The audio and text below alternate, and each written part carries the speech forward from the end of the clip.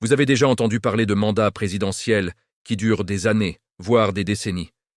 Mais imaginez un président qui ne gouverne qu'un seul jour. Ce n'est pas une fiction, c'est l'histoire incroyable d'Alphonse Allais, l'homme qui fut président du Dahomey, l'actuel Bénin, du matin jusqu'au soir. Pour comprendre cette journée hors du commun, il faut remonter le temps jusqu'en 1972. Le Dahomey est alors un jeune pays indépendant depuis 12 ans, mais il est rongé par une instabilité politique chronique. Les gouvernements se succèdent à un rythme effréné, souvent renversés par des coups d'État militaires. Le pouvoir est une patate chaude que personne n'arrive à tenir bien longtemps. On assiste à une sorte de valse infernale entre trois grandes figures politiques régionales, Hubert Maga, Sourou Miganapiti et Justin Aomadegbe. Leur rivalité paralyse le pays et exaspère une partie de l'armée qui se voit comme la seule garante de l'unité nationale. C'est dans ce climat de tension extrême que va se dérouler l'une des journées les plus folles de l'histoire politique africaine.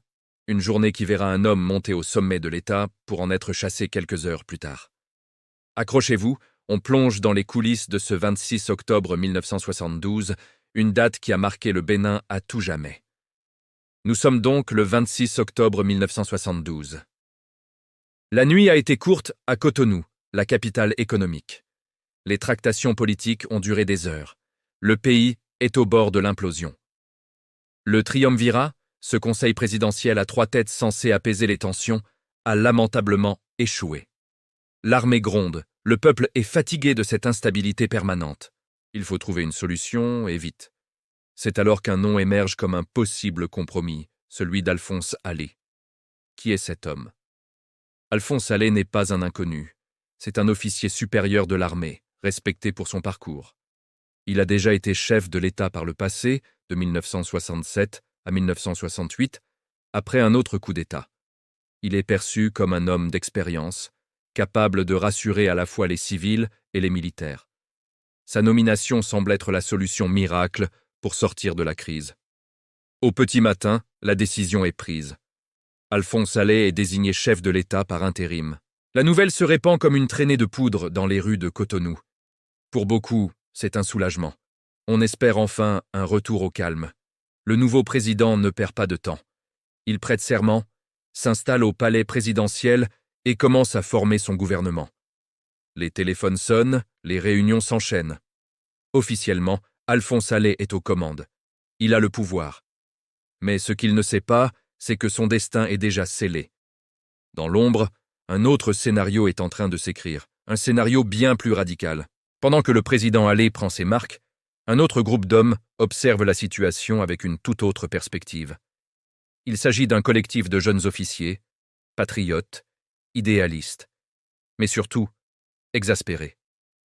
Ils en ont assez des vieilles querelles politiques, des compromis boiteux et de la corruption qui gangrènent le pays. Pour eux, la nomination d'Alphonse Allais n'est qu'un pansement sur une jambe de bois, une nouvelle manœuvre de l'ancienne garde pour conserver ses privilèges. Ces jeunes loups de l'armée veulent une rupture, une vraie. Pas une simple transition, mais une révolution. À leur tête, on trouve un homme charismatique et déterminé. Le commandant Mathieu Kérékou. À 39 ans, Kérékou est le chef de bataillon du camp militaire de Ouida. Il s'est entouré d'autres officiers de sa génération, comme Michel Aladaï ou Janvier Assogba. Ensemble, ils ont mûri leur projet depuis des mois. Ils ont un plan, des hommes de confiance et une vision pour le Dahomey. Une vision marxiste-léniniste qui prône la fin du néocolonialisme et la prise en main du destin national par le peuple lui-même. Pour eux, l'heure n'est plus aux négociations.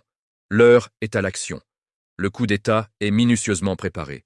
Leurs hommes sont en position, attendant le signal.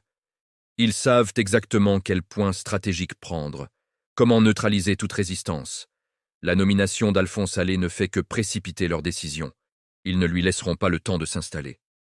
La journée du 26 octobre ne sera pas celle d'Allais, ce sera la leur. Le temps s'accélère. Il est à peine midi. Le président Allais est en pleine réunion, probablement en train de discuter de la composition de son futur gouvernement. Il est loin de se douter de la tempête qui s'apprête à déferler sur Cotonou. Soudain, le plan des jeunes officiers est mis à exécution. C'est rapide, précis, chirurgical. Des commandos de militaires prennent position dans la ville. Leurs cibles sont les lieux de pouvoir, le palais présidentiel, les ministères, et surtout la radio nationale, la voix du Dahomey. Contrôler la radio, à l'époque, c'est contrôler l'information et le pays. Les soldats investissent les studios sans rencontrer de véritable opposition. Le personnel est mis à l'écart. Un peu partout dans la ville, les points névralgiques sont sécurisés. Le coup d'État se déroule presque sans un coup de feu. La population, habituée aux soubresauts politiques, observe la scène avec un mélange de curiosité et de lassitude. Au palais présidentiel, la nouvelle tombe comme un couperet. Le président Halle apprend que des militaires sont en train de prendre le pouvoir. Que faire? Résister? Tenter de mobiliser des troupes loyales? C'est déjà trop tard. Les hommes de Kérékou ont été plus rapides, mieux organisés.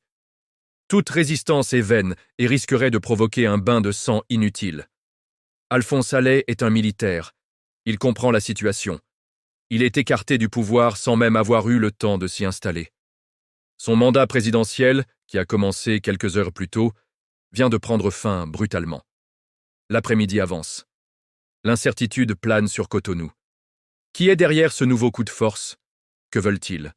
La réponse ne tarde pas à arriver. Sur les ondes de la radio nationale, la musique militaire qui tournait en boucle depuis la prise des studios s'arrête. Une voix grave et solennelle retentit. Ce n'est pas la voix d'Alphonse Halle, c'est la voix d'un des putschistes qui lit une proclamation. Le message est clair, l'armée a pris le pouvoir pour mettre fin à l'anarchie institutionnalisée et à l'incurie des politiciens. Le conseil présidentiel est dissous, la constitution est suspendue. C'est la fin d'une époque. Un peu plus tard dans la journée, le nouvel homme fort du pays se révèle. C'est Mathieu Kérékou. Il apparaît publiquement, en treillis militaire, entouré de ses camarades. Il annonce la création d'un gouvernement militaire révolutionnaire. C'est le début d'un régime qui va durer près de 20 ans, jusqu'en 1991. Un régime qui va profondément transformer le pays avec ses succès et ses échecs, ses espoirs et ses dérives autoritaires. Et Alphonse Halle dans tout ça? Il entre dans l'histoire par la petite porte, avec ce record peu enviable de la présidence la plus courte.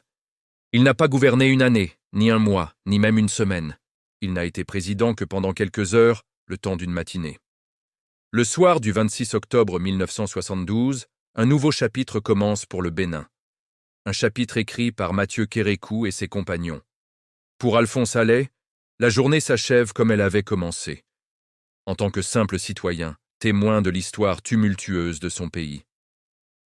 Que nous apprend cette histoire folle du président d'un jour? Elle nous rappelle à quel point le pouvoir peut être fragile, éphémère.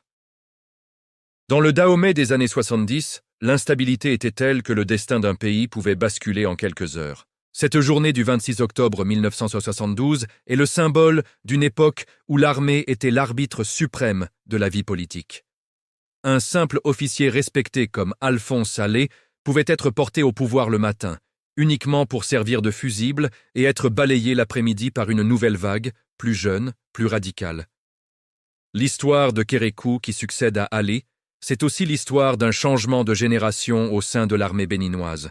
La vieille garde, celle des indépendances, est mise à la retraite par de jeunes officiers formés après 1960, avec de nouvelles idées et une nouvelle vision du monde. Cette journée marque une rupture profonde. Le Bénin entrera ensuite dans une longue période de régime militaire à parti unique, avant de devenir, au début des années 90, un modèle de transition démocratique en Afrique. Quant à Alphonse Halle, il restera pour toujours cette figure singulière, le président le plus éphémère de l'histoire du Bénin. Son histoire nous enseigne une leçon brutale. En politique, et surtout dans les périodes de crise, le pouvoir ne se mesure pas toujours en années, mais parfois simplement en heures. Merci d'avoir suivi cette histoire incroyable jusqu'au bout. Si ce genre de récits historiques vous passionne, n'hésitez pas à vous abonner à la chaîne pour ne rien manquer de nos prochaines vidéos. Laissez un pouce bleu si vous avez appris quelque chose aujourd'hui et dites-moi en commentaire ce que vous pensez de cette journée complètement folle du 26 octobre 1972. Connaissiez-vous l'histoire d'Alphonse Halle? Votre soutien est essentiel pour nous permettre de continuer à vous raconter ces pages méconnues de l'histoire. À très bientôt pour une nouvelle aventure.